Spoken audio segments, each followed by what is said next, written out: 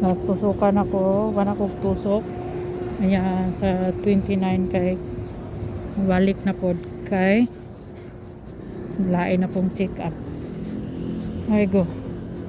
Nya human ani maluya na pod ko.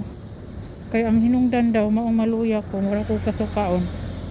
Kay feeling buntis, ang ana feeling kay nag-stop man ko sa akong maintenance, akong hormone balance. So nagkasalimuang daw ang akong lawas. Maong naglain akong tiyan. Nya dili ko pwede miinom og laing tambal. Dili ko pwede mo inom og tambal na pang acid reflux. Kaya karon nag-trigger jud akong acid reflux niya. Dili ko pwede mo inom og laing tambal. Tanan ba yung tambal nako gi-stop baya. So dili pwede ang acid reflux na tambal. So karon muuli ko unya magpahuway. Karon kay luya akong lawas. Murag kasukaon ka sakit ang ulo, nang wala ang kusog, ana ba ang kuan feeling. Ayan, pauli na ko, mag-train ko. Kanina kay akong gibabaan kay layo kaayo, tagwaw og lakaw. Ay ko, masakiton.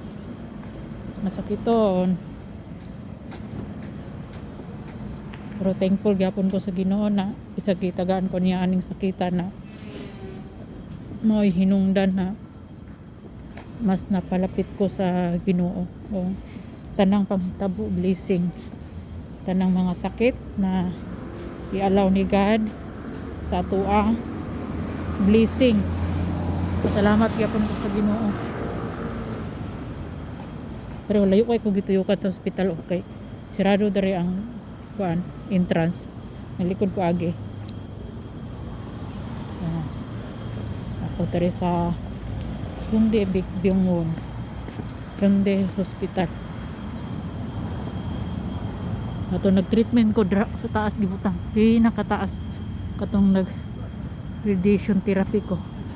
Lahat na tanang mga nagpa-radiation pinakataas kay mga delikado na sila. Dili pwede duulan. Kun gusto akong magduha gusto kasi mana ang akong anak o dili na ko maduulan. Dili ko maka duol sa iha matulog, magkaon. Akong plato og kutsara akong gamit gilahi. Kay mura daig pay. Sirado ang entrance. Daig pay kuan na virus. Kay delikado ang kuan radiation. May mga alimukon diri oh.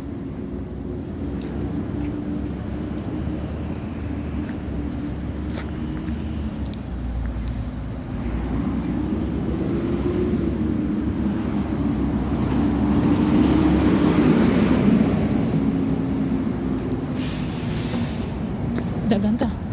Stop ang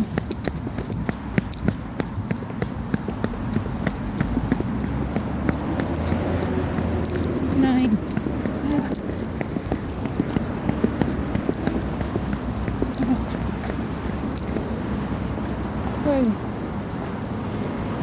Gihangak. Dali kay tahangakon.